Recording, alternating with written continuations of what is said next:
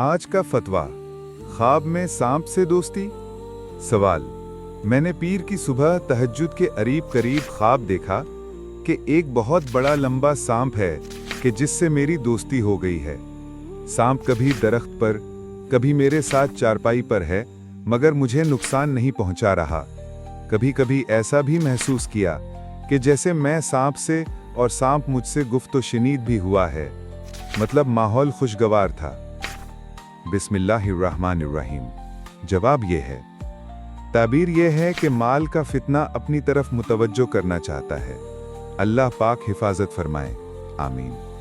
आप हज़रत शेखुल हदीस साहिब रहमहुल्लाह ताला की किताब फ़ज़ाइल सदक़ात, फ़ज़ाइल आमाल हिस्सा दोम का बकसरत मुताला किया करें। इंशाअल्लाह इससे बेहद फ़ायदा होगा। फतवा आईडी है 647/438H051443।